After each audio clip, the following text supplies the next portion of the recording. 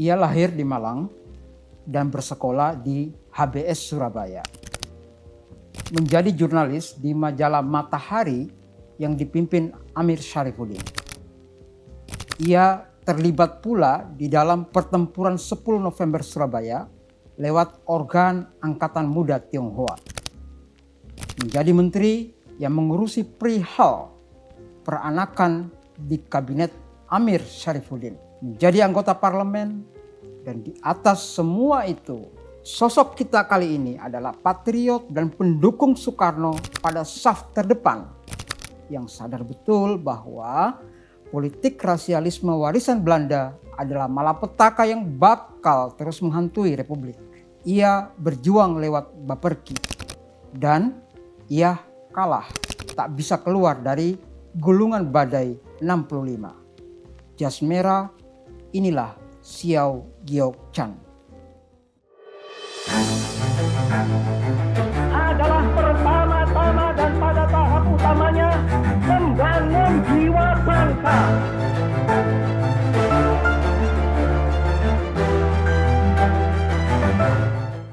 Mari memulainya dari pertanyaan, apa pentingnya politik kewarganegaraan yang menjadi jantung dari perjuangan tokoh kita kali ini?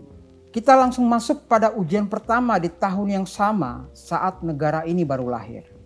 Dengan pengalaman di lapangan, Xiao Giok-chan melihat bagaimana terjepitnya posisi kalangan Tionghoa di Indonesia pada pertempuran Surabaya. Alih-alih bertempur melawan Inggris, hal yang harus dilakukan mula-mula oleh Xiao dan kawan-kawan adalah bahwa Tionghoa bukanlah musuh laskar, melainkan sama seperti mereka bagian yang tidak terpisahkan dalam pembebasan nasional. Saat itu, dalam pertempuran 10 November itu, dalam api 10 November, tokoh-tokoh orang Tionghoa dirampoki dan muncul keyakinan di kalangan Tionghoa bahwa mereka adalah musuh orang-orang Republik. Xiao sadar ini api dalam sekam karena politik kependudukan Belanda masa silam yang menempatkan Tionghoa dalam kelas sosial di bagian tengah. Menjadi kelompok yang diperas secara ekonomi dan dipertentangkan dengan kalangan yang disebut dengan asli atau pribumi atau bumi putra. Alih-alih bertempur, yang dilakukan Xiao adalah mempropagandakan, mendidik masyarakat Tionghoa untuk berada dalam barisan juang mempertahankan kemerdekaan RI dan mendidik para laskar bahwa musuh utama bukanlah masyarakat Tionghoa melainkan Belanda. Tidak henti-henti, Xiao berkata bahwa tetaplah dalam saf Republikan. Apa yang diperjuangkan PTI atau Partai Tionghoa Indonesia tentang pengintegrasian kesadaran politik kaum keturunan untuk pembebasan nasional di tahun 32, ujiannya sebetulnya justru saat negara baru ini lahir. Saya menyebutnya adalah politik kewarganegaraan. Politik kewarganegaraan itu ada pada kalimat konstitusi kita batang tubuh yang disahkan 18 Agustus tahun 45 di gedung Deplus Pejambon sekarang ini atau Chuo Sang In di Siang Bolong. Ada di bab 10 di pasal 26 ayat 1. Kira-kira isinya begini. Yang menjadi warga negara ialah orang bangsa Indonesia asli. Garis bawah itu ya. Dan orang-orang bangsa lain yang disahkan dengan undang-undang. Lalu ayat 2, syarat-syarat yang mengenai kewarganegaraan ditetapkan dengan undang-undang. Akarnya ada pada undang-undang kewarganegaraan.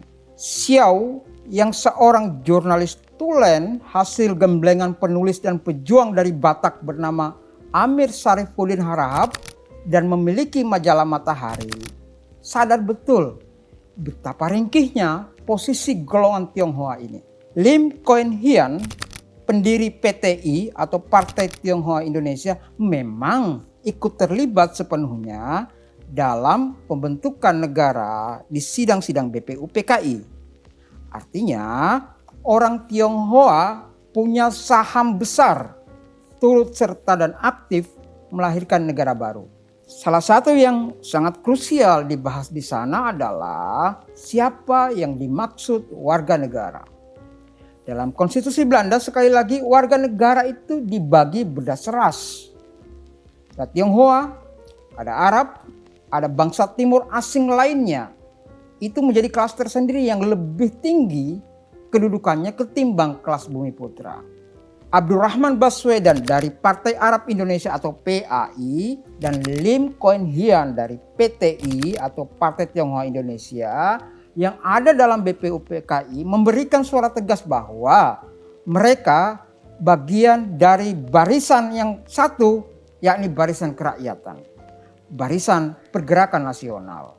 Usulan Hian langsung diadopsi dalam perundangan turunan pada 10 April 46 yang diamanatkan oleh pasal 26 ayat 2. Kira-kira bunyinya seperti ini. Semua orang yang lahir di Indonesia menjadi warga negara Indonesia kecuali ia menolak untuk menjadi warga negara. Ini yang dinamakan prinsip jus soli atau prinsip pasif. Jadi nggak perlu mengajukan diri, otomatis kecuali ada permintaan penolakan. Xiao yang mengikuti pikiran salah satu mentor politik pentingnya, Tan Liang Ji, yang memang PKI garis keras, yang memegang sampai mati prinsip ini, yang kemudian ia sebut sebagai salah satu esensi dari proklamasi, di mana semua warga negara adalah patriot membela tanah tumpah darahnya. Tapi Xiao benar, soal kewarganegaraan adalah masalah yang sangat sensitif atau apa yang disebut dengan api dalam sekam. Suatu saat dia bakal meletup dan membakar persatuan nasional. Ujian pertamanya sudah ada tuh di pertempuran Surabaya. Maka saat Amir menjadi Perdana Menteri pada Juli 47, ia minta Xiao yang tinggal di Malang untuk datang ke Jogja dan diserahi jabatan kementerian baru. Namanya Menteri Urusan Peranakan. Anda bisa bayangkan ya, Indonesia butuh kementerian khusus untuk menangani soal satu ini. Soal kewarganegaraan, soal peranakan, soal totok, soal ras. Jadinya menjadi soal yang sangat krusial. Jadi tidak cukup Kementerian Sosial. Dan betul saja, saat Belanda melancarkan aksi polisionil atas daerah-daerah yang diduduki RI, Laskar Tentara Rakyat membalasnya. Dalam aksi pembalasan dari aksi agresif ini berimbas ke hal-hal yang lain, ke kebencian terhadap ras Tionghoa dan melahirkan apa yang disebut dengan ethnic cleansing. Dalam aksi ini, orang-orang Tionghoa diusir dari rumah mereka. Rumah, tokoh mereka, semuanya dijarah. Semuanya dihancurkan oleh Laskar. Pokok kebenciannya tetap Tionghoa bagian dari Belanda. Di sini konstitusi Republik kemudian berhenti hanyalah teks. Sementara kognisi publik, kepala akal, otak warasnya publik tetap seperti yang diwariskan oleh Belanda. Lalu apa yang dilakukan oleh Xiao sebagai menteri? Nah, dia berkeliling mencari kamp-kamp darurat itu. Juga mengimbau lewat radio, jangan terprovokasi dengan politik rasial Belanda itu. Seperti apa politik ras Belanda itu? Kayak gini bentuknya menurut Xiao. Membebaskan para kriminal untuk merampok orang Tionghoa. Lalu kriminal-kriminal asli dalam tanda kutip itu ditembaki oleh Belanda.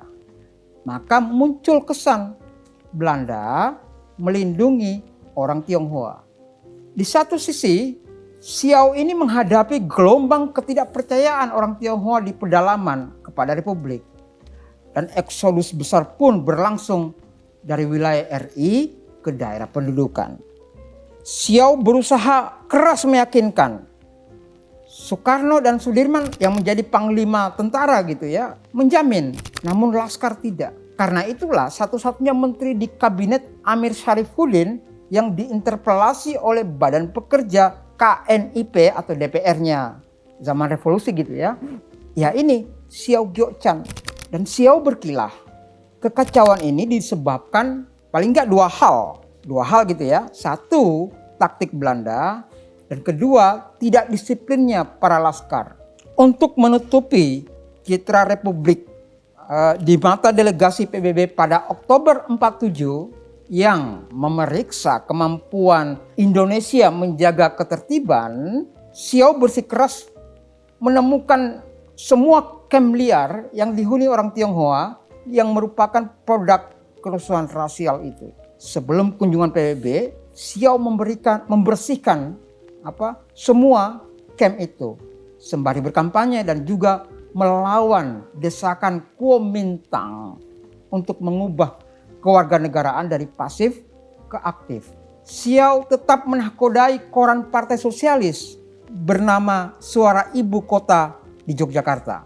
Sembari berkampanye tentang politik anti ras itu, Xiao bikin koran baru namanya Suara Ibu Kota di Yogyakarta itu ya. Dan di sanalah ia dibantu oleh talenta muda PKI bernama DN Aidit dan Nyoto yang waktu itu masih berusia 20 tahun.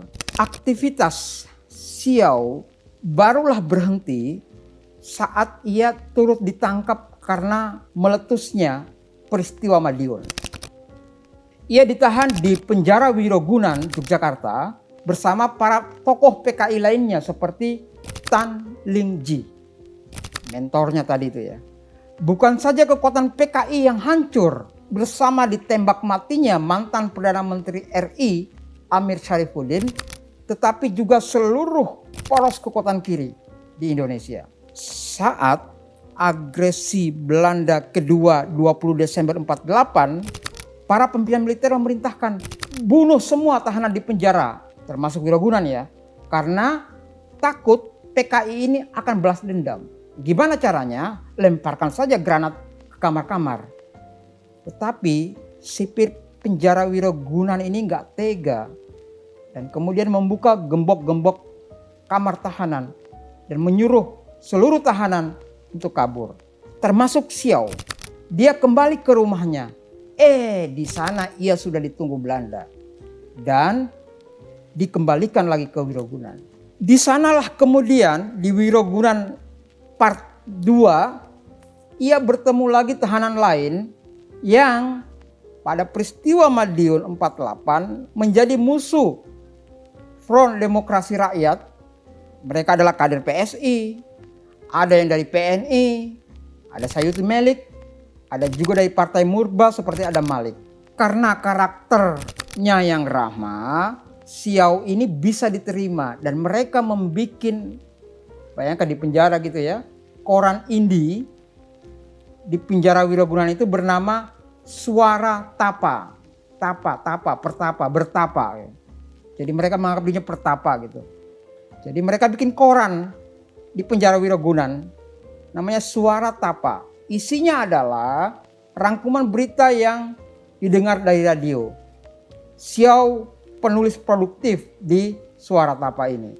Periode Wirogunan inilah yang menjadi modal politik bagi Xiao saat ia aktif kembali di parlemen pada tahun 50-an saat ibu kota Republik kembali ke Jakarta. Plus Wirogunan bersumpah, Wirogunan, saya ulangi, membuatnya bersumpah untuk tidak lagi kembali aktif di partai seperti dia aktif di Partai Sosialis. Apa yang dilakukan oleh Xiao saat tiba di Jakarta? Seperti halnya dalam penjara, yang dia kerjakan pertama adalah bikin koran. Dia kan jurnalis tulen. Ia ingin ada koran dari orang Tionghoa yang sepenuhnya berorientasi ke Indonesia. 100% Indonesia. Sepenuh sepenuhnya. Tidak seperti Sinpo, tidak seperti Kengpo. Maka Xiao melobi para pemodal yang sepenuhnya Tionghoa asli yang ada di jajaran Mangga II hingga Glodok. Tapi yang memiliki komitmen dan visi yang sama. Salah satunya adalah Oe Tiang Choi yang menerbitkan koran Hongpo. Oe ini nggak serak dengan Ince Beng Goat yang menerbitkan Kengpo. Kengpo ini menjadi induk dari Star Weekly, di mana PK Oyong terkenal di majalah ini. Para pedagang Tionghoa yang berpikiran kiri ini lalu mempercayakan aspirasi keindonesiaan mereka kepada Xiao.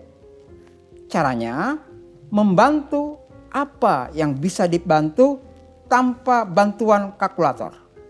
Artinya tanpa hitung-hitungan. Percetakan Oe yang diambil alih Xiao diubah namanya menjadi Percetakan Persatuan. Nah, untuk mengimbangi Star Weekly, Xiao menerbitkan Sunday Courier.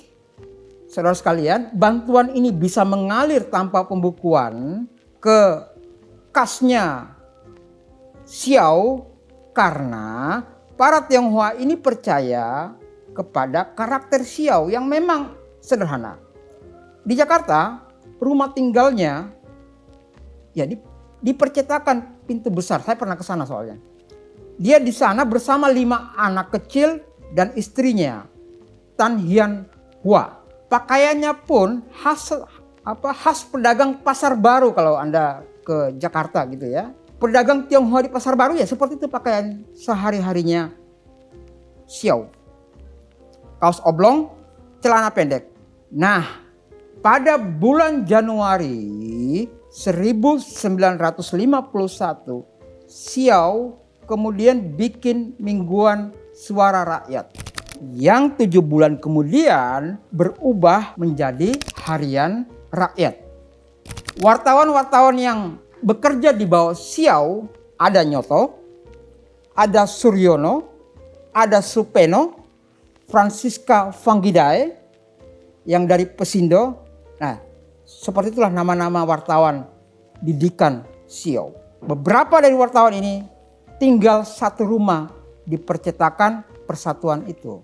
Karena kesibukannya di parlemen, sementara Harian Rakyat mesti diurus secara profesional, yang artinya pemasukan dan pengeluaran mesti dihitung dengan cermat. Koran ini kemudian Xiao serahkan kepada anak bawangnya sejak di Jogja bernama Nyoto.